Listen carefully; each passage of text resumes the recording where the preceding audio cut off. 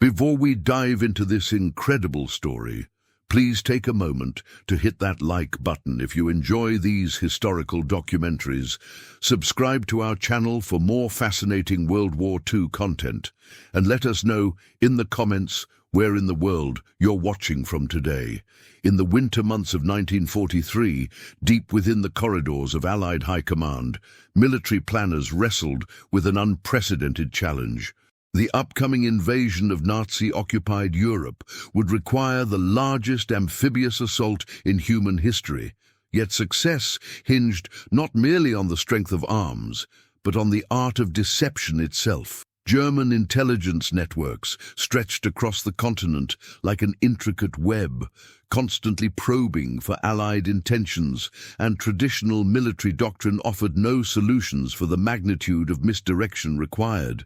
The genesis of what would become one of history's most audacious military deceptions began when Colonel John Turner, a British officer with an unconventional mind, proposed creating entire phantom armies that existed only in the imagination, yet appeared completely real to enemy observers. Turner's vision extended beyond simple camouflage or minor tactical deceptions. He envisioned a comprehensive theatrical production where inflatable equipment, recorded sound effects, and elaborate radio communications would convince German forces that Allied invasion preparations were concentrated in entirely different locations than reality. American military leadership, initially skeptical of such seemingly fantastical proposals, gradually recognized the strategic brilliance underlying Turner's concepts.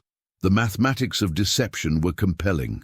If German reserves could be misdirected away from the actual invasion sites, thousands of Allied lives might be preserved, and the probability of establishing successful beachheads would increase dramatically. Ralph Ingersoll and Billy Harris, two innovative U.S. Army planners, began developing an American version of British deception tactics, envisioning a specialized unit that would combine visual trickery, sonic manipulation, and radio deception into a unified campaign of misdirection. The concept crystallized into the formation of the 23rd Headquarters Special Troops, activated on January 20, 1944, at Camp Forest, Tennessee. This remarkable unit, comprising 1,100 carefully selected soldiers, would become known to history as the Ghost Army, though their very existence remained classified for over 50 years following the conclusion of hostilities. Unlike conventional military formations focused on destruction and conquest, the Ghost Army's mission centered on creativity, imagination, and the manipulation of perception itself. Colonel Harry L. Reeder assumed command of this unprecedented unit, tasked with transforming theoretical concepts of large-scale deception into battlefield reality. The soldiers recruited for the Ghost Army represented a unique cross-section of American creativity, including established artists, theatrical professionals, sound engineers, and individuals with demonstrated abilities in technical innovation and improvisational thinking. Many came from prestigious art schools in New York and Philadelphia, bringing skills in visual design, camouflage techniques, and an understanding of how human perception could be manipulated through careful staging and presentation. The equipment developed for the Ghost Army pushed the boundaries of existing military technology and manufacturing capabilities. Inflatable tanks, artillery pieces, trucks, and even aircraft were designed and produced using innovative materials and construction techniques. These remarkable deceptions, when properly deployed and camouflaged, could fool aerial reconnaissance from significant distances while remaining lightweight enough for rapid deployment and repositioning. The visual component represented only one aspect of a comprehensive deception apparatus that would transform modern understanding of psychological warfare. Engineering teams from Bell Laboratories, America's premier communications research facility, were recruited to develop sophisticated sound recording and playback systems capable of reproducing the authentic audio signatures of military units in motion.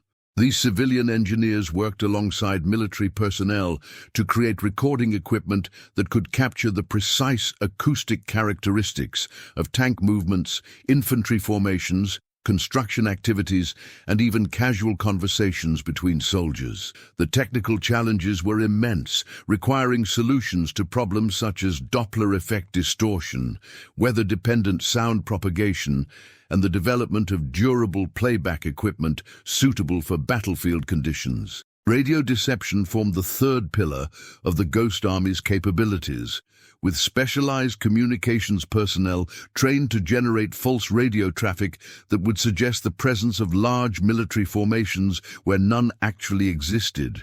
These operators became masters of military communications protocols, capable of creating convincing dialogue, operational orders, and logistical discussions that German intelligence would interpret as evidence of significant Allied troop concentrations. The psychological sophistication required for effective radio deception demanded deep understanding of enemy intelligence gathering methods and the ability to construct believable narratives under extreme pressure. By spring 1944, the Ghost Army had completed intensive training at Camp Pine, New York, now known as Fort Drum, where they perfected their techniques through elaborate exercises that tested every aspect of their deception capabilities. The unit's personnel had transformed from individual artists, engineers, and soldiers into a coordinated team capable of creating convincing illusions across multiple sensory channels simultaneously. Their equipment had been tested, refined, and prepared for the demanding conditions of European battlefields, while their operational procedures had been developed through countless rehearsals and refinements.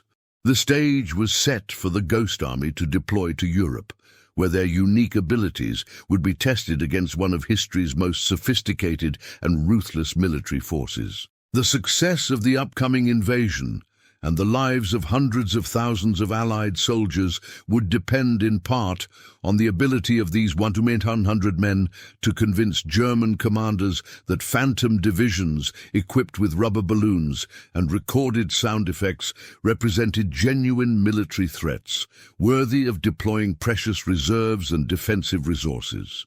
As spring turned to early summer in 1944, the Ghost Army prepared for their departure to England, carrying with them equipment that seemed more suited to a Hollywood production than a military campaign. Yet within these seemingly playful tools lay the potential to alter the course of the greatest conflict in human history, demonstrating that imagination and creativity could prove as decisive as traditional instruments of warfare in determining the fate of nations. The early days of May 1944 witnessed one of the most unusual military deployments in recorded history as the 23rd Headquarters Special Troops prepared for their transatlantic journey to the European theater of operations. Unlike conventional infantry or armored divisions departing American ports with standard military equipment, the Ghost Army's cargo manifests read like inventories from a combination of a toy factory, recording studio, and theatrical prop warehouse. Hundreds of inflatable tanks, artillery pieces, and vehicles were carefully packed alongside sophisticated sound recording equipment, radio transmission apparatus, and miles of camouflage netting. The logistics of transporting such unconventional equipment presented unprecedented challenges for military shipping coordinators. Inflatable decoys, while ingeniously designed to appear authentic from aerial reconnaissance, remained vulnerable to puncture damage during handling and storage. Special protective casing and careful handling procedures had to be developed to ensure the deception equipment would arrive in European ports in functional condition. The sonic equipment, incorporating cutting-edge technology from Bell Laboratories, required specialized packaging to protect sensitive recording and amplification components from salt spray, shock, and temperature variations during the Atlantic crossing. Security considerations surrounding the Ghost Army's deployment were extraordinary, even by wartime standards of operational secrecy. Traditional military units could be observed and analyzed by enemy intelligence without revealing specific strategic intentions, but the Ghost Army's very existence, if discovered by German agents, would potentially compromise the entire Allied deception strategy for the upcoming invasion. Personnel were briefed extensively on cover stories, false identifications, and security protocols that would disguise their actual mission even from other Allied military units not cleared for knowledge of deception operations. Upon arrival in England during mid-May 1944, just weeks before the planned D-Day landings, the Ghost Army established their base operations near Stratford-upon-Avon, a location chosen for its proximity to both genuine Allied military concentrations and the fictional staging areas that would form the centerpiece of Operation Fortitude. The English countryside provided an ideal environment for testing and refining deception techniques under conditions similar to those expected on the European continent, while offering sufficient space for the deployment of large-scale phantom formations without interfering with actual invasion preparations. Integration with British deception operations required careful coordination and mutual understanding between American and British intelligence services. The British had pioneered many deception techniques during earlier campaigns in North Africa, where inflatable tanks and sonic deception had proved effective against German and Italian forces under desert conditions. However, the scale and complexity of Operation Fortitude far exceeded any previous deception operation, requiring unprecedented cooperation between Allied nations and the synthesis of multiple deception methodologies into a coherent strategic plan. The Ghost Army's first operational assignment involved supporting Operation Fortitude South, the component of the overall deception strategy designed to convince German leadership that the main Allied invasion would target the Pas-de-Calais region rather than the actual Normandy landing sites. This deception required creating the illusion of the 1st United States Army Group, a phantom military formation that appeared to be concentrating in southeastern England under the command of General George S. Patton. Patton's assignment to lead this fictional army group represented a stroke of psychological genius, as German intelligence considered him the Allies' most capable and aggressive field commander, making his apparent involvement in Pas-de-Calais preparations highly credible. The technical execution of Operation Fortitude South demanded precise coordination between visual, sonic, and radio deception elements. Inflatable tanks and vehicles were positioned throughout southeastern English counties, where they would be visible to German aerial reconnaissance while remaining sufficiently camouflaged to appear authentic.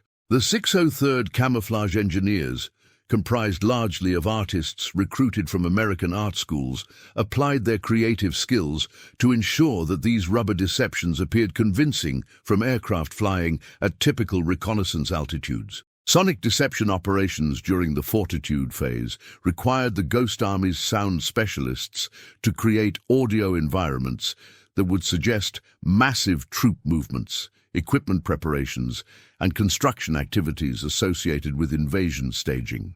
The 3102nd Signal Service Company deployed their sophisticated recording and playback equipment across the English countryside, broadcasting carefully orchestrated soundscapes that included tank movements, artillery positioning, bridge construction, and even casual conversations between soldiers preparing for combat. These audio productions were timed and coordinated to reinforce visual deceptions and create comprehensive sensory experiences that would convince any German agents or sympathizers within listening range. Radio deception formed an equally critical component of the Fortitude operations, with Ghost Army communications specialists generating false radio traffic that suggested the presence of entire divisions and corps where only deception equipment actually existed.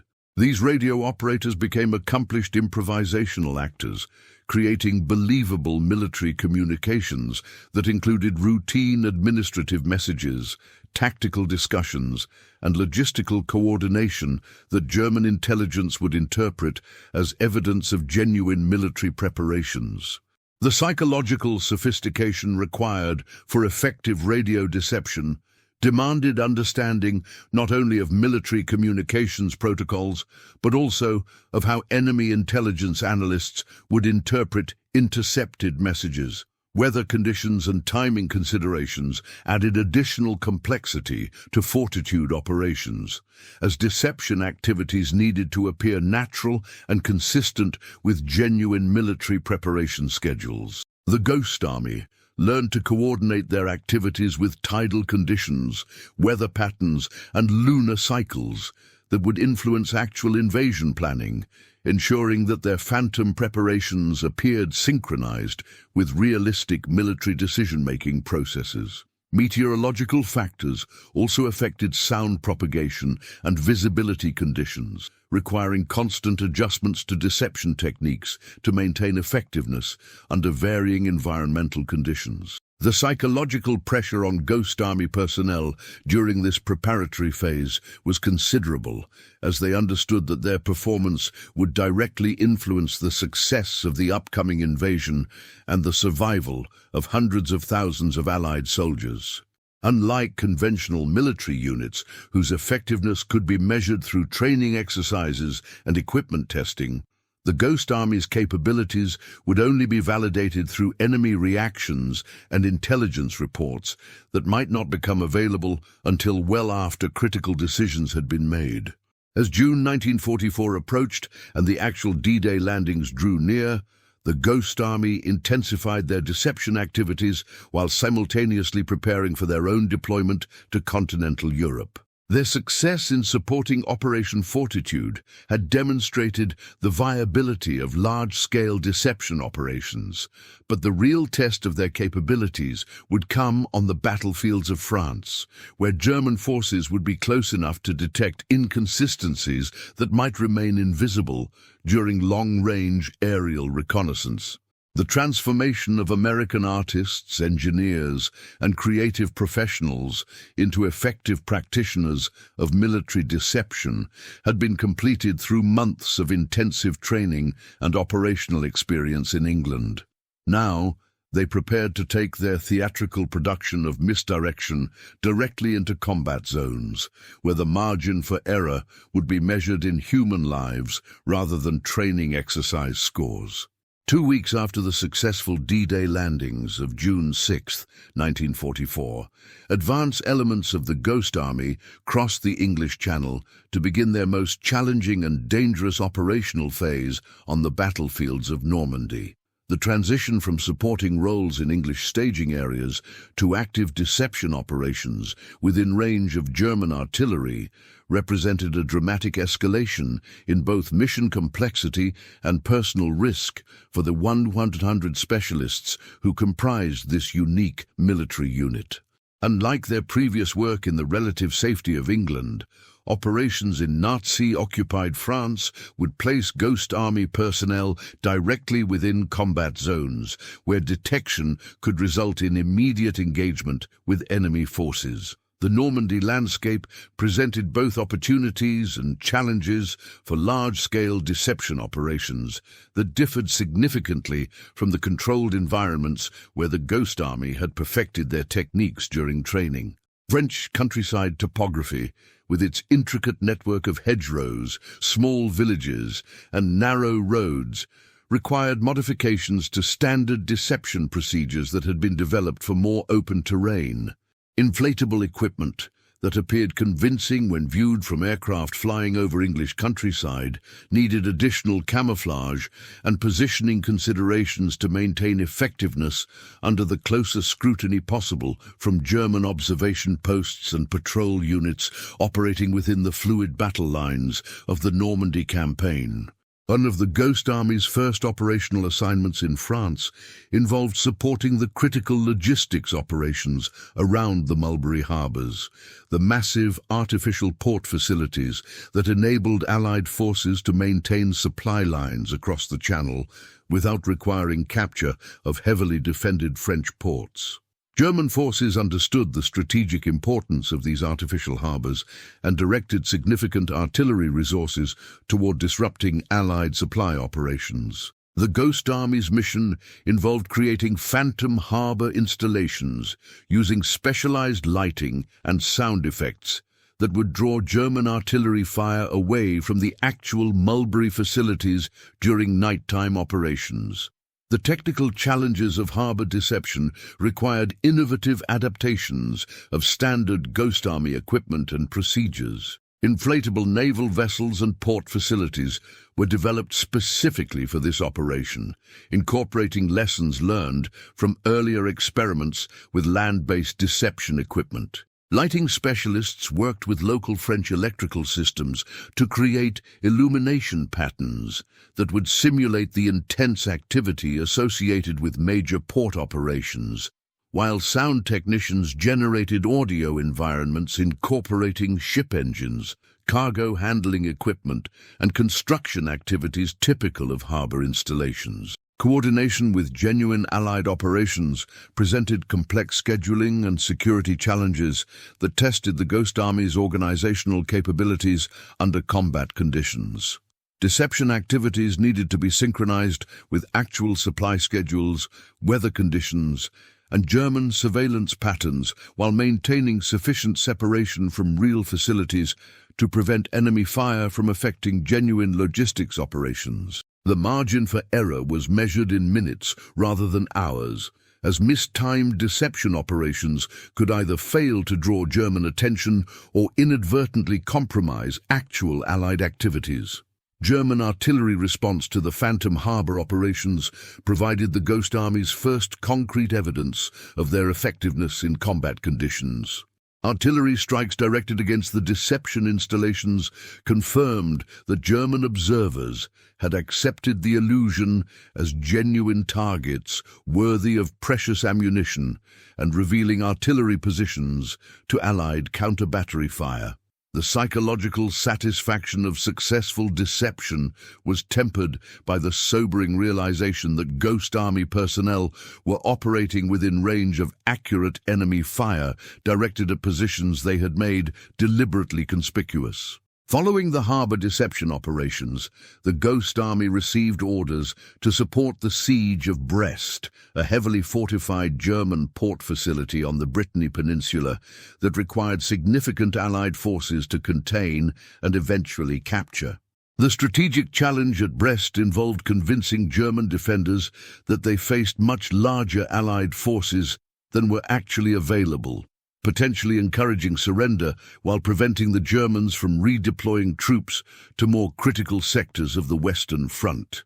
This operation would test the Ghost Army's ability to maintain long-term deceptions under static conditions that allowed German intelligence more time and opportunity to detect inconsistencies in Allied deployments.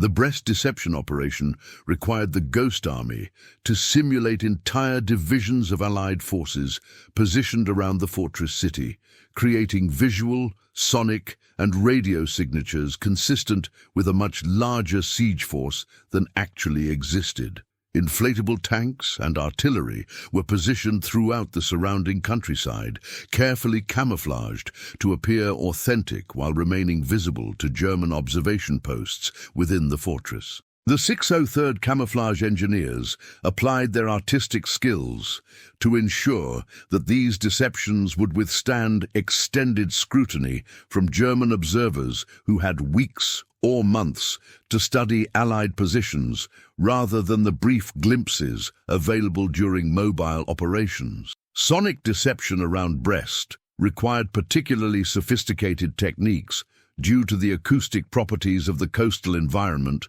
and the proximity of German listening posts within the fortress itself. Sound specialists had to account for wind patterns, humidity levels, and terrain features that affected how audio deceptions would be perceived by enemy observers at various distances and positions. The 3102nd Signal Service Company developed specialized playback schedules that created convincing audio environments, suggesting large-scale military preparations while avoiding repetitive patterns that might reveal the artificial nature of the sounds. Radio deception operations supporting the Brest siege demonstrated the psychological sophistication that Ghost Army communications specialists had developed through months of operational experience.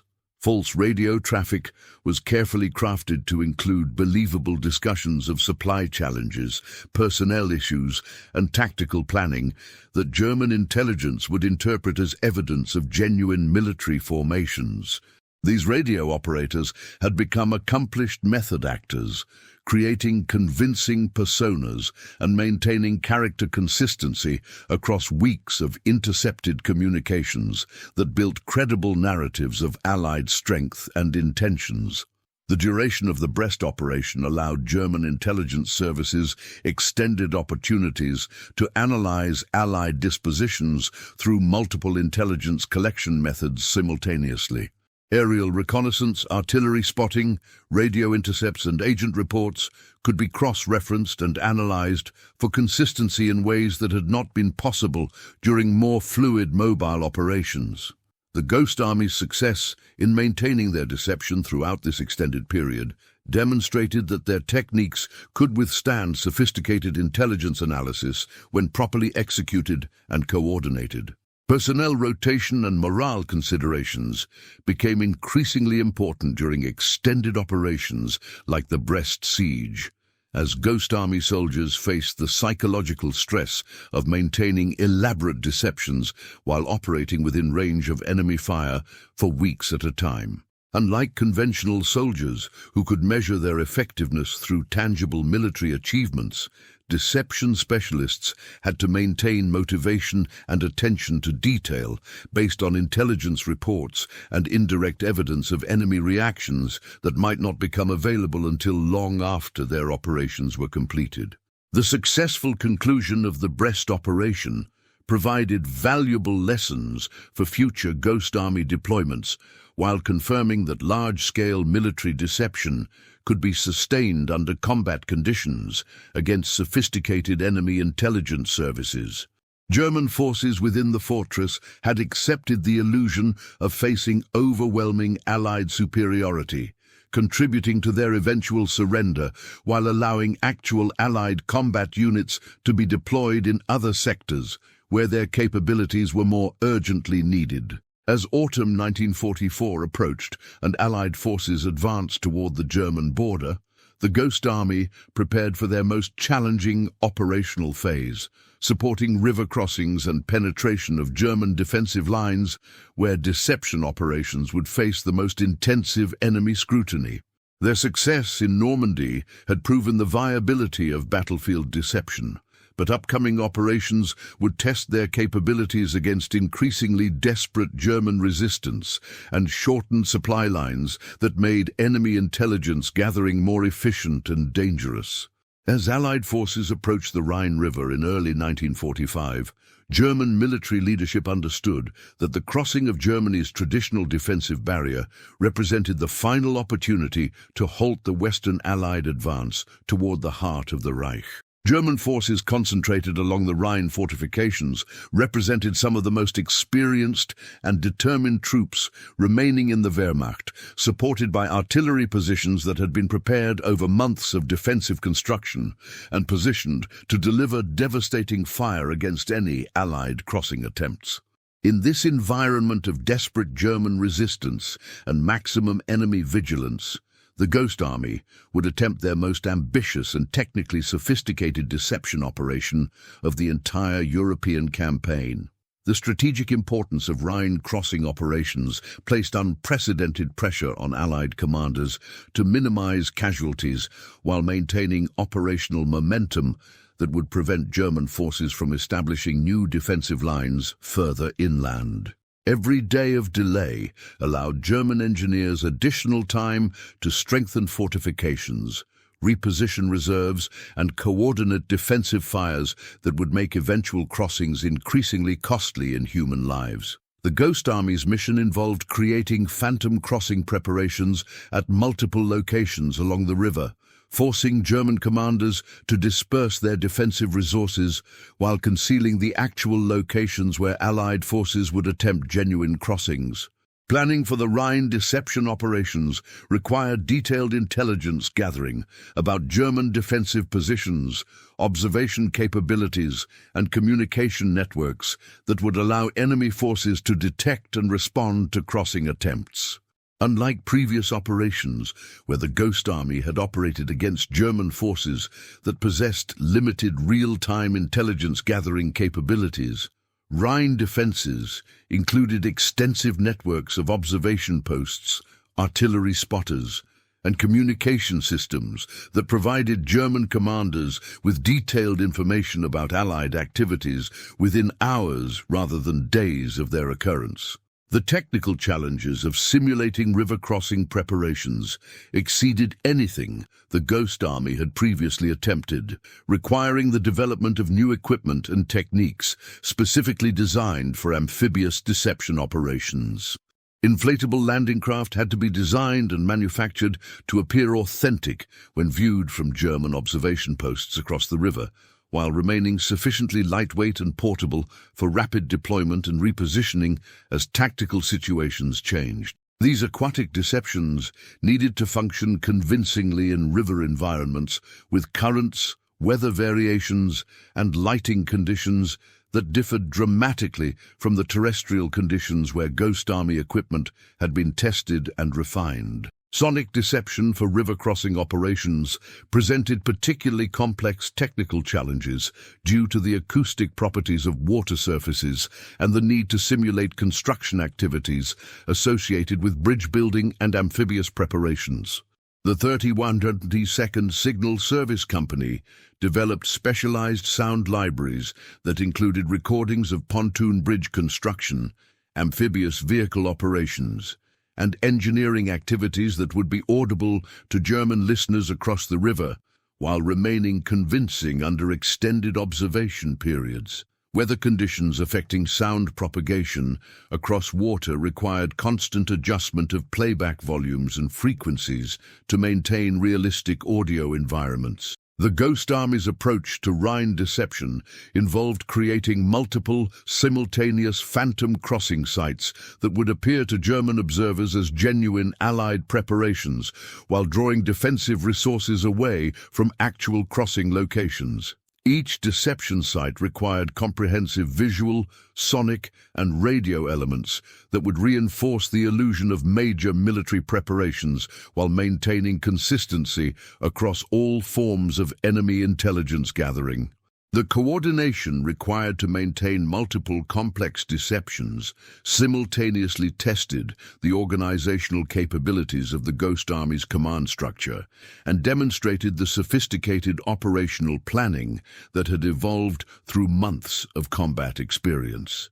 Visual deception elements for the Rhine operations included not only inflatable equipment, but also elaborate camouflage and construction activities that would suggest genuine engineering preparations for river crossings. The 603rd Camouflage Engineers created convincing simulations of supply dumps, equipment staging areas, and temporary structures that would be associated with major amphibious operations, while ensuring that these installations would be visible to German aerial reconnaissance and ground observers. The artistic skills that had proven valuable in earlier operations became critical for creating deceptions that would withstand the intense scrutiny possible from enemy positions with clear lines of sight across the river. Radio deceptions supporting the Rhine operations required the Ghost Army's communications specialists to generate false traffic patterns, suggesting the movement and coordination of multiple divisions, preparing for simultaneous crossing attempts.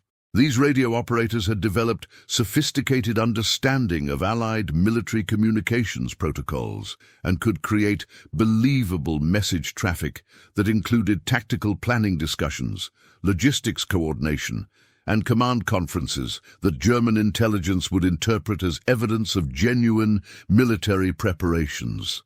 The psychological realism required for effective radio deception had evolved far beyond simple technical proficiency to encompass understanding of military psychology and decision-making processes. German responses to the Ghost Army's Rhine deception operations provided dramatic validation of their effectiveness, while demonstrating the strategic impact that well-executed deception could achieve against even sophisticated and experienced enemy forces. Artillery fires directed against phantom crossing sites consumed precious German ammunition while revealing battery positions to Allied counter-battery radar systems. Reserve units moved to reinforce threatened river sectors where no genuine Allied forces existed, leaving actual crossing sites more vulnerable to successful assault when genuine operations commenced. The human cost of Rhine deception operations included the most dangerous missions Ghost Army personnel had undertaken, as their activities required proximity to active enemy positions and exposure to German artillery and small arms fire directed at the deception installations they were creating and maintaining. Several Ghost Army soldiers were wounded by German defensive fires, providing sobering reminders that their creative and artistic talents were being applied in genuinely lethal environments where mistakes could result in casualties among their comrades or compromise operations affecting thousands of other Allied soldiers. Technical innovations developed during the Rhine operations included improvements to inflatable equipment that increased durability under combat conditions while maintaining visual authenticity from enemy observation distances. Sound equipment modifications improved reliability and reduced maintenance requirements under field conditions, while radio deception techniques became more sophisticated in their psychological realism and technical execution. These improvements would prove valuable during the final phases of the European campaign as Allied forces advanced into Germany itself. The success of Rhine deception operations demonstrated that the Ghost Army had achieved unprecedented mastery of military deception techniques that could deceive experienced enemy forces under the most challenging operational conditions. German defensive preparations had been dispersed across multiple threatened river sectors.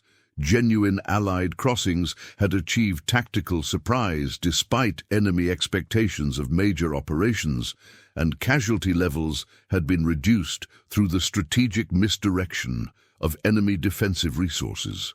The artistic vision that had inspired the Ghost Army's formation had been transformed into genuine military capability that saved Allied lives while contributing to operational success. As German resistance collapsed and Allied forces advanced deeper into Germany during spring 1945, the Ghost Army prepared for their final operations of the European campaign, supporting the occupation and pacification of German territory while maintaining deception capabilities that might be required if German forces attempted to establish guerrilla resistance or Alpine redoubt positions. Their transformation from artists and creative professionals into accomplished military deception specialists represented one of the most innovative developments in modern warfare, demonstrating that imagination and creativity could achieve strategic results when properly organized and applied to military objectives. The Hürtgen Forest represented one of the most challenging and controversial battlegrounds of the entire Western European campaign, a dense expanse of ancient German woodland where conventional military advantages dissolved into a nightmare of close-quarters combat among towering trees that blocked sunlight, radio communications, and clear fields of observation. Into this forbidding environment, the Ghost Army was ordered to support Allied operations during autumn 1944, adapting their sophisticated deception techniques to conditions that seemed to negate many of the advantages they had developed through months of operational experience in more open terrain. The strategic significance of the Hürtgen forest lay in its position, guarding approaches to the Ruhr industrial region and the Rhine River crossings that represented Germany's final natural defensive barriers. German forces had spent months fortifying the forest with interconnected bunker systems, artillery positions, and defensive obstacles that transformed the woodland into a fortress where every clearing became a potential killing field and every path could be covered by concealed defensive positions. Allied forces advancing through this terrain faced not only determined German resistance, but also environmental conditions that severely limited the effectiveness of conventional military technologies and tactics. For the Ghost Army, forest operations presented unprecedented challenges that required fundamental modifications to deception techniques developed for more conventional battlefield environments. Inflatable equipment that appeared convincing when viewed from aerial reconnaissance became problematic in dense woodland, where visibility was limited to tens of yards rather than miles. The effectiveness of visual deceptions depended on enemy observers being positioned at sufficient distances to prevent detection of equipment inconsistencies, but forest combat brought German and Allied forces into such close proximity that detailed examination of equipment became inevitable. Sonic deception in forested terrain offered both opportunities and complications that tested the technical expertise of the 3132nd Signal Service Company in ways their training had not anticipated. Dense vegetation and irregular terrain created acoustic environments where sounds could be channeled, reflected and distorted in unpredictable ways that affected both the propagation of genuine military activities and the effectiveness of recorded deceptions. Sound technicians discovered that forest acoustics could amplify certain frequencies while dampening others, requiring extensive experimentation to determine how their equipment would perform under these unique conditions. The psychological challenges facing Ghost Army personnel in the Hürtgen forest exceeded those encountered during any previous operation, as the claustrophobic environment and proximity to enemy forces created stress levels that threatened the attention to detail required for effective deception operations. Unlike previous deployments, where deception specialists could maintain psychological distance from immediate combat activities, forest operations placed them within small arm's range of German positions, where their activities could draw direct enemy fire. The artistic temperament that had been valuable for creative deception work sometimes proved incompatible with the hypervigilance required for survival in close combat environments. German defensive strategies in the Hürtgen forest took advantage of environmental conditions that favored defenders, while complicating Allied attempts to coordinate large-scale operations. Limited visibility prevented effective artillery spotting, radio communications were disrupted by terrain features and vegetation, and the movement of supplies and reinforcements became extremely difficult through narrow forest paths that could be easily blocked or subjected to harassing fire. In this environment, traditional deception operations that relied on simulating large military formations became less relevant than tactical deceptions that could provide immediate advantages during local engagements. The Ghost Army adapted their techniques to forest conditions by developing smaller-scale deceptions that could influence German tactical decisions without requiring the massive equipment deployments that characterized their earlier operations. Sonic deception became more focused on creating false impressions of Allied strength and positions within limited areas rather than simulating entire divisions across broad fronts. Sound specialists learned to use forest acoustics to their advantage, positioning speakers to create echo effects and sound distortions that would confuse German attempts to locate actual Allied positions through audio surveillance.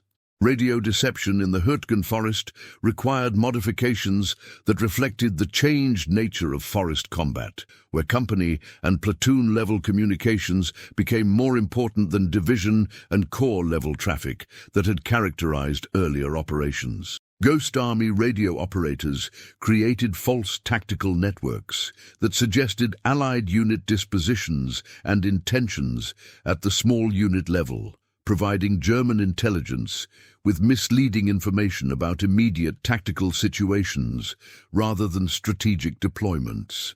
These localized radio deceptions required intimate understanding of small unit tactics and communications procedures that differed significantly from the large-scale organizational knowledge required for previous operations. The duration and intensity of combat in the Hürtgen forest tested Ghost Army equipment under conditions more severe than any previous deployment, as deception installations had to function effectively despite exposure to weather conditions, artillery bombardments, and small arms fire that had not been factors during earlier operations.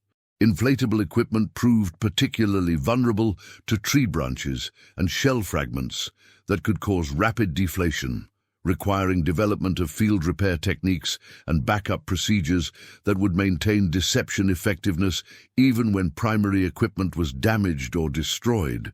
Personnel casualties among Ghost Army soldiers during the Hürtgen forest operations provided sobering evidence of the increased dangers they faced when operating in close combat environments. Several deception specialists were wounded by German artillery or small arms fire, while others suffered from combat fatigue and psychological stress that affected their ability to maintain the attention to detail required for effective deception work. The creative and artistic personalities that had been recruited for the Ghost Army sometimes struggled with the brutal realities of infantry combat in ways that had not been anticipated during unit formation and training. German intelligence efforts in the Hürtgen forest included more aggressive attempts to capture Allied personnel and equipment that could provide information about Allied capabilities and intentions. Ghost Army soldiers faced the additional risk that capture while operating deception equipment could compromise not only their own safety, but also the security of the entire deception program if German interrogators discovered the extent and nature of Allied deception operations. Security protocols had to be modified to address these increased risks while maintaining operational effectiveness under challenging conditions. The lessons learned during Hürtgen forest operations influenced Ghost Army tactics and procedures during subsequent deployments, as commanders recognized that their techniques required adaptation to specific environmental conditions rather than standardized application across all battlefield situations. Equipment modifications developed for forest operations proved valuable during urban combat and other close-quarters environments, while psychological support programs were enhanced to address the stress-related challenges that deception personnel faced when operating in high-threat environments. Despite the challenges and casualties encountered during the Hürtgen Forest campaign, the Ghost Army's operations contributed to Allied success by forcing German commanders to maintain larger reserve forces in threatened sectors than would have been required if accurate intelligence about Allied strength and dispositions had been available. The strategic impact of these deceptions was measured not in dramatic tactical victories, but in the gradual degradation of German defensive effectiveness that resulted from consistent misdirection of enemy resources and attention. As winter 1944 approached and the Hürtgen Forest campaign concluded, the Ghost Army had demonstrated their ability to adapt sophisticated deception techniques to the most challenging battlefield conditions while maintaining operational effectiveness despite significant personal risks to their personnel. The artistic vision that had inspired their formation had been tested against the brutal realities of close combat and had proven resilient enough to contribute meaningfully to Allied victory, even under circumstances that seemed to favor conventional military approaches over creative deception techniques. December 1944 brought one of the most dangerous and crucial periods in the Ghost Army's operational history, as German forces launched their final major offensive of the war through the Ardennes forest in what would become known as the Battle of the Bulge. This massive German counterattack caught Allied forces by surprise and created a critical situation where every available unit, including deception specialists, faced potential involvement in desperate defensive operations that could determine the outcome of the entire European campaign. For the Ghost Army, the Bulge offensive represented both their greatest challenge and most important contribution to Allied victory. The German offensive strategy relied on achieving tactical surprise through careful concealment of attack preparations, rapid breakthrough of Allied defensive lines, and the capture of critical supply ports before Allied reserves could be effectively deployed. German planners understood that success required not only military effectiveness, but also the psychological impact of demonstrating continued German capability for major offensive operations when Allied commanders had begun to believe that German resistance was nearing collapse. In this context, accurate intelligence about Allied strength and dispositions became critical for both German offensive planning and Allied defensive responses. The Ghost Army's initial response to the German offensive involved rapid deployment of deception assets to threatened sectors where phantom Allied formations could complicate German tactical planning while providing Allied commanders with additional flexibility in deploying genuine combat units. Unlike previous operations where the Ghost Army had operated in relatively static conditions, with weeks or months to perfect their deceptions, the fluid nature of the Bulge campaign required immediate deployment of deception techniques under combat conditions that allowed minimal preparation time and maximum exposure to enemy action. Strategic deception during the Bulge operations focused on creating false impressions of Allied reserve strength and deployment capabilities that would influence German operational decisions during the critical early phases of their offensive. The Ghost Army positioned inflatable equipment and generated radio traffic, suggesting the presence of Allied divisions in sectors where German intelligence expected to find minimal resistance, potentially causing German commanders to modify attack routes or allocate additional resources to overcome phantom opposition that existed only in enemy imagination. The technical challenges of maintaining deception operations during active combat exceeded anything the Ghost Army had previously encountered, as their equipment and personnel came under direct enemy fire while attempting to create convincing illusions of Allied military strength. Inflatable tanks and artillery pieces became targets for German artillery and aircraft, requiring rapid replacement and repositioning to maintain deception effectiveness while minimizing casualties among Ghost Army personnel responsible for installing and maintaining the equipment.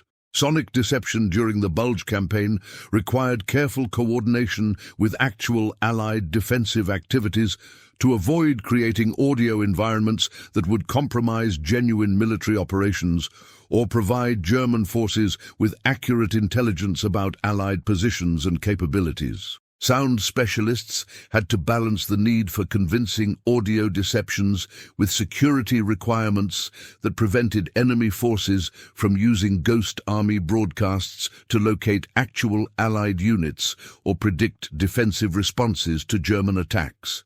Radio deception operations during the Battle of the Bulge demonstrated the strategic value of phantom formations in influencing enemy decision-making processes under conditions of incomplete information and time pressure. German intelligence services operating under the stress of rapid offensive operations and limited communication capabilities, proved vulnerable to false radio traffic that suggested Allied capabilities and intentions that did not reflect actual battlefield conditions. Ghost Army radio operators created convincing discussions of reserve deployments, reinforcement schedules, and tactical planning that influenced German commanders' understanding of the strategic situation. The psychological pressure on Ghost Army personnel during the Bulge operations reflected the genuine possibility that their deception activities could directly influence the survival of Allied forces under attack and potentially affect the outcome of the entire European campaign. Unlike previous operations where the consequences of deception failure were measured in tactical disadvantages or increased casualty rates, the Bulge campaign presented situations where ineffective deceptions could contribute to German breakthrough attempts that might fundamentally alter the strategic balance in Western Europe. German intelligence efforts during the Bulge offensive included more aggressive attempts to gather accurate information about Allied capabilities and dispositions, creating increased risks for Ghost Army personnel operating deception equipment within range of German reconnaissance and combat patrols. Several incidents occurred where German forces approached Ghost Army positions closely enough to potentially detect the artificial nature of deception installations, requiring rapid evacuation or emergency procedures to prevent compromise of the overall deception program. The mobility requirements of the Bulge campaign tested Ghost Army logistics and equipment deployment capabilities under conditions that differed dramatically from the relatively static operations that had characterized most of their previous deployments. Deception equipment had to be rapidly transported, deployed, and repositioned as tactical situations changed, while maintaining sufficient camouflage and operational security to prevent German forces from recognizing the artificial nature of phantom installations.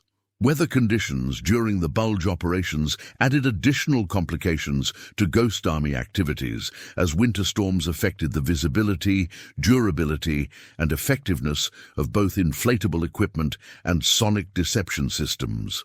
Snow and ice created camouflage challenges for inflatable installations while affecting the acoustic properties of sound propagation in ways that required constant adjustment of audio deception techniques. Equipment maintenance under severe weather conditions became a significant factor in maintaining operational effectiveness. The duration and intensity of the Bulge campaign provided opportunities for German intelligence to conduct extended observation and analysis of Allied positions and activities, increasing the risk that repeated exposure to enemy surveillance might reveal inconsistencies in Ghost Army deceptions. Deception specialists had to maintain awareness of cumulative exposure risks while continuing to provide effective support for Allied defensive operations that depended on German uncertainty about Allied capabilities and intentions. Personnel performance under the extreme stress of the Bulge operations demonstrated the extent to which Ghost Army soldiers had developed genuine military capabilities that complemented their creative and technical skills. Many deception specialists performed effectively under direct enemy fire while maintaining the attention to detail required for convincing illusions, proving that their specialized training and operational experience had created genuine military effectiveness rather than merely artistic entertainment. The successful conclusion of the Battle of the Bulge validated the strategic importance of military deception operations, while demonstrating that creative approaches to warfare could contribute meaningfully to national survival under the most challenging conditions. German forces had been influenced by phantom Allied formations that existed only as inflatable equipment and recorded sounds, yet these illusions had consumed German resources and affected tactical decisions in ways that contributed to the ultimate failure of Germany's final offensive gamble. As German forces retreated, following the failure of the Bulge offensive and Allied armies prepared for final operations against the German homeland, the Ghost Army had proven that their unique capabilities remained valuable even under the most extreme operational conditions. Their contribution to victory in one of the war's most critical battles demonstrated that imagination and creativity, when properly organized and applied, could achieve strategic results that affected the survival of nations and the fate of civilizations. Spring 1945 found the Ghost Army preparing for what would prove to be their final and most symbolically significant operations as Allied forces crossed into Germany itself and advanced toward the heart of the Nazi regime. The strategic situation had fundamentally changed since their initial deployment to Europe nearly a year earlier, with German resistance crumbling on multiple fronts and Allied victory appearing inevitable to observers on both sides of the conflict. Yet paradoxically, these changing conditions created new challenges for deception operations that required the Ghost Army to adapt their techniques once again to achieve strategic objectives that had evolved beyond simple battlefield advantage. The invasion of Germany presented unique psychological and operational challenges that differed dramatically from previous campaigns conducted on Allied or neutral territory.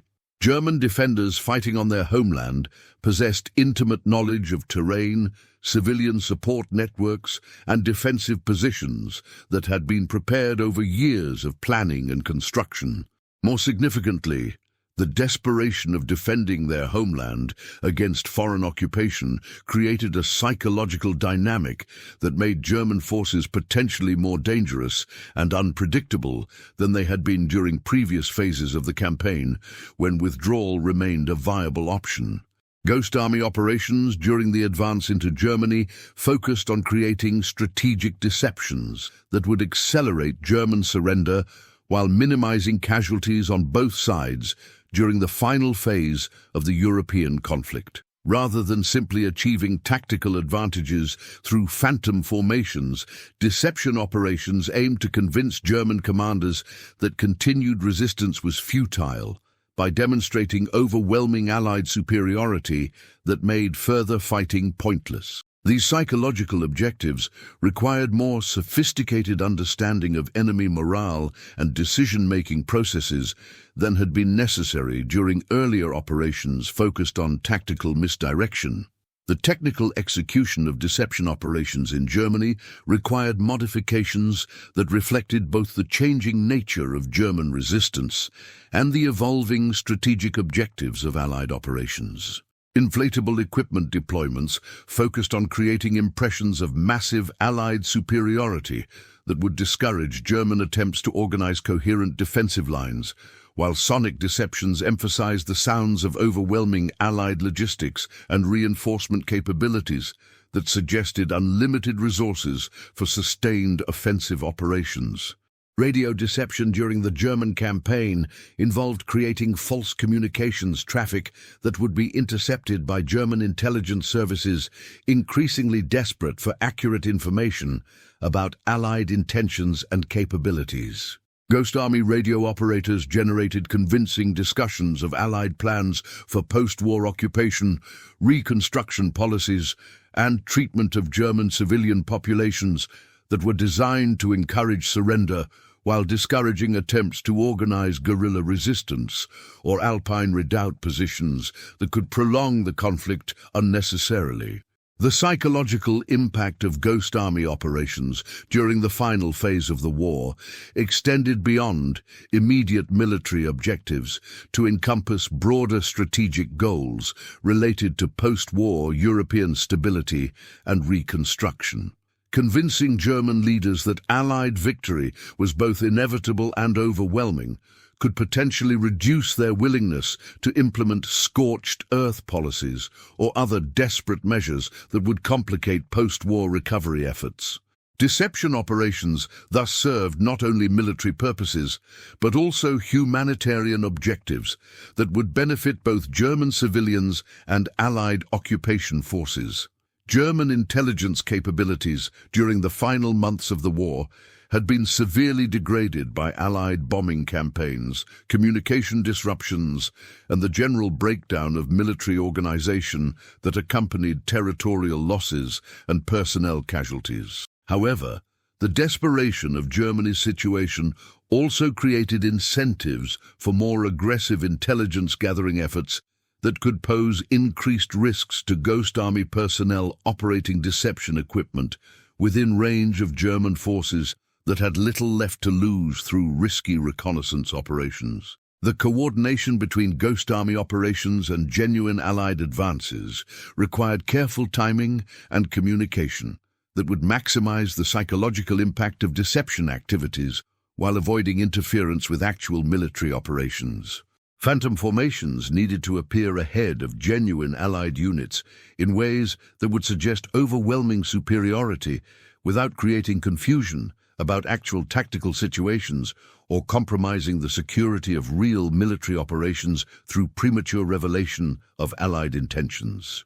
Personnel morale within the Ghost Army during the final phase of the European campaign reflected both satisfaction with their contribution to Allied victory and anticipation of returning to civilian life after years of dangerous and demanding military service. Many Ghost Army soldiers looked forward to resuming interrupted careers in art, engineering, and entertainment industries, while others had developed military skills and interests that would influence their post-war professional choices. The unique nature of their service had created bonds and experiences that would affect their entire generation of creative professionals.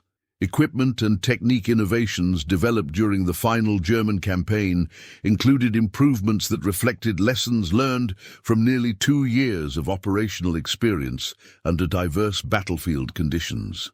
Inflatable equipment had been modified for improved durability and rapid deployment, while sound systems had been refined for greater reliability and effectiveness under field conditions. Radio deception techniques had evolved to incorporate sophisticated psychological manipulation that reflected deep understanding of enemy psychology and military culture.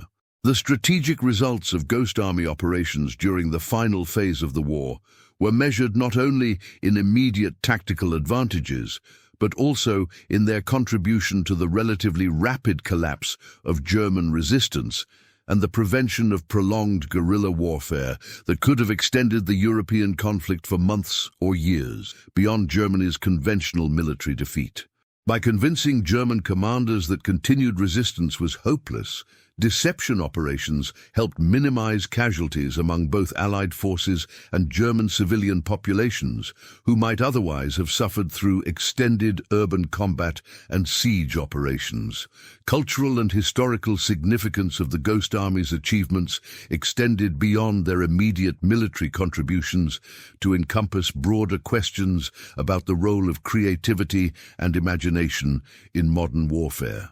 Their success demonstrated that artistic talent and technical innovation could achieve strategic results when properly organized and supported, challenging traditional assumptions about the relationship between military effectiveness and conventional combat capabilities. The preservation of Ghost Army records and equipment for historical analysis became important for understanding both their immediate contribution to Allied victory and their potential influence on future military doctrine and strategy.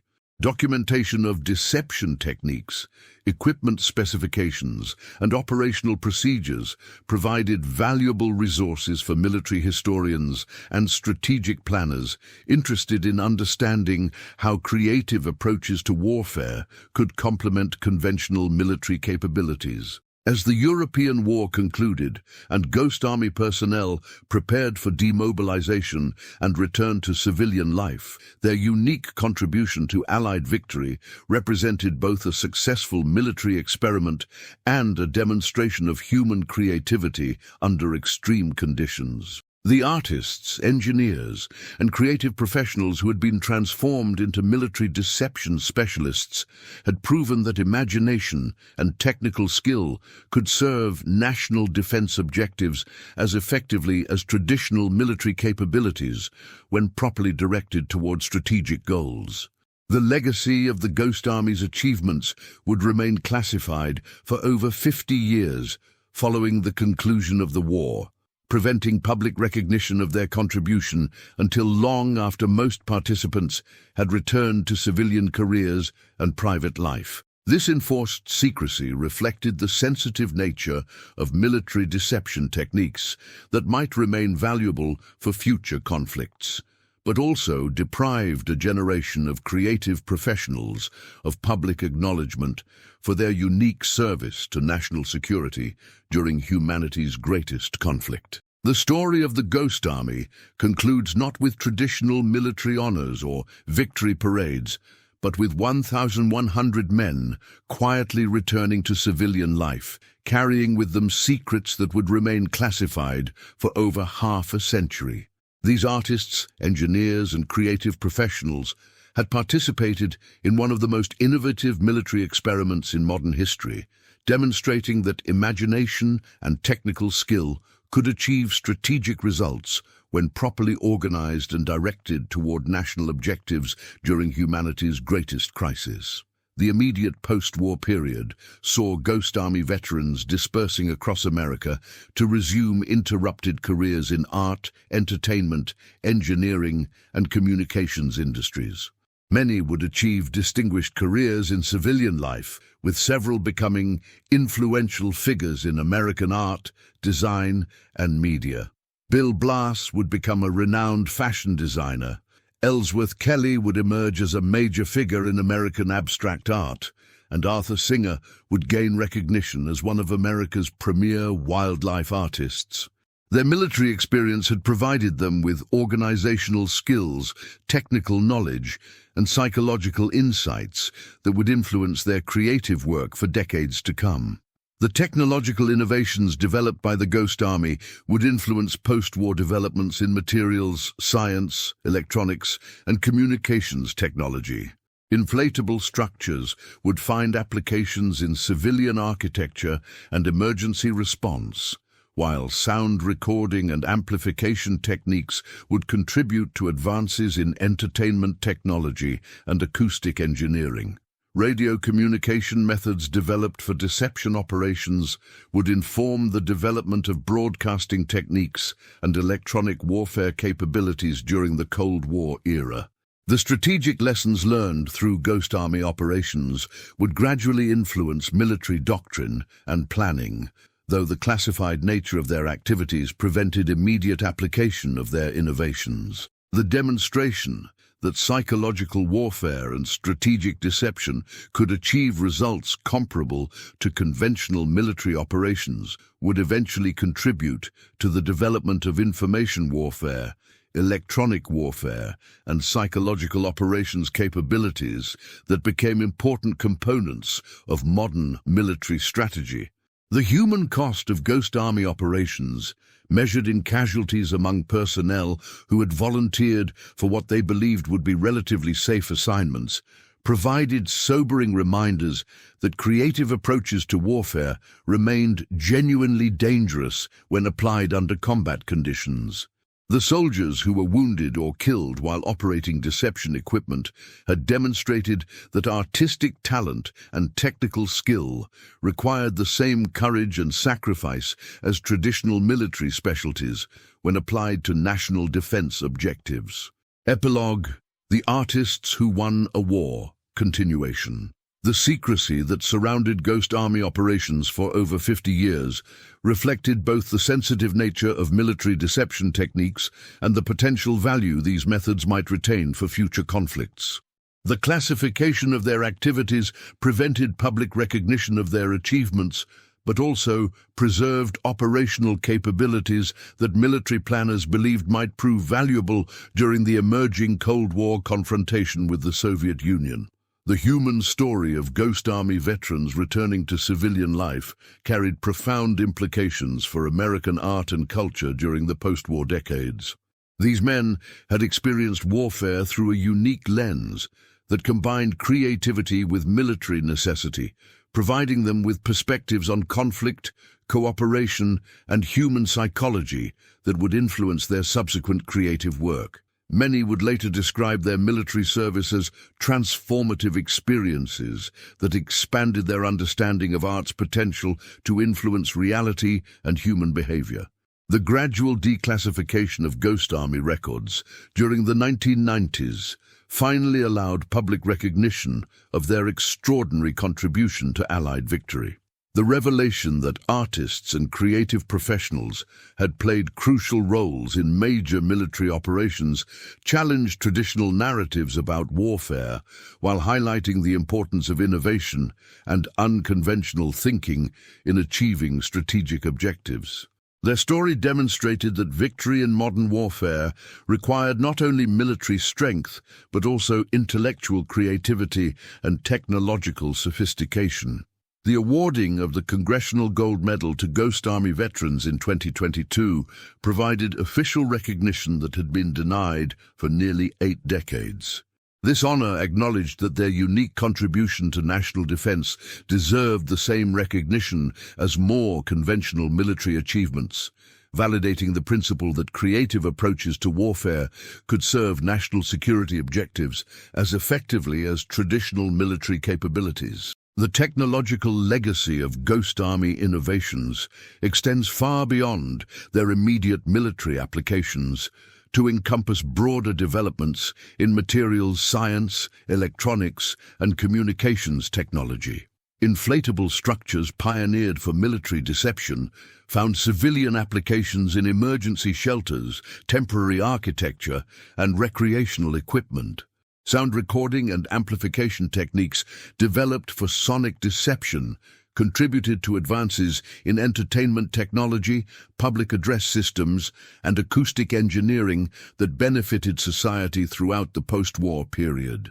The strategic lessons learned through Ghost Army operations gradually influenced military doctrine and planning as their classified activities became available for analysis by military historians and strategists. The demonstration that psychological warfare and strategic deception could achieve results comparable to conventional military operations contributed to the development of information warfare, electronic warfare, and psychological operations capabilities that became important components of modern military strategy during the Cold War and subsequent conflicts. The preservation of Ghost Army equipment and documentation provides valuable resources for understanding both their immediate contribution to Allied victory and their broader significance for military history and strategic studies. Museums, universities, and research institutions have worked to collect and preserve artifacts, photographs, and personal accounts that document their activities while educating future generations about the role of creativity and innovation in national defense. The cultural impact of the Ghost Army story extends beyond military history to encompass broader questions about the relationship between art and warfare, creativity and destruction, imagination and reality. Their achievements demonstrated that artistic talent and technical innovation could serve constructive purposes even within the context of humanity's most destructive conflict, suggesting that creativity and military effectiveness need not be contradictory concepts. The educational value of Ghost Army history provides important lessons for contemporary military planners, political leaders, and citizens about the importance of innovation, adaptability, and unconventional thinking in addressing complex challenges. Their success illustrated that effective solutions to seemingly impossible problems often require approaches that transcend traditional boundaries between disciplines, professions, and ways of thinking. The international recognition of Ghost Army achievements has contributed to broader understanding of Allied cooperation and innovation during World War II, while highlighting American contributions to strategic deception that complemented British pioneering work in this field. Their operations demonstrated that successful military deception required not only technical capabilities, but also cultural understanding and psychological insight that allowed effective manipulation of enemy perceptions and decision-making processes. The personal stories of Ghost Army veterans provide inspiring examples of how individuals can contribute to historic achievements through dedication, creativity, and willingness to serve causes larger than their personal interests. Their transformation from civilian artists and professionals into effective military specialists demonstrated the adaptability and resilience of democratic societies when confronted with existential threats that require mobilization of all available human resources and capabilities. The lasting significance of the Ghost Army's contribution to Allied victory lies not only in their immediate military achievements, but also in their demonstration that imagination and creativity represent essential components of national defense in modern warfare. Their legacy continues to influence military planning, artistic expression, and educational programs that seek to prepare future generations for challenges that will require both traditional military capabilities and innovative approaches to problem-solving that transcend conventional boundaries between art, science, and warfare. As the last Ghost Army veterans pass from living memory into history, their remarkable story serves as a permanent testament to the power of human creativity when properly organized and directed toward worthy objectives. The artists who became soldiers and the soldiers who remained artists proved that victory in humanity's greatest conflicts depends not only on the strength of arms, but also on the power of imagination to transform impossible dreams into decisive reality.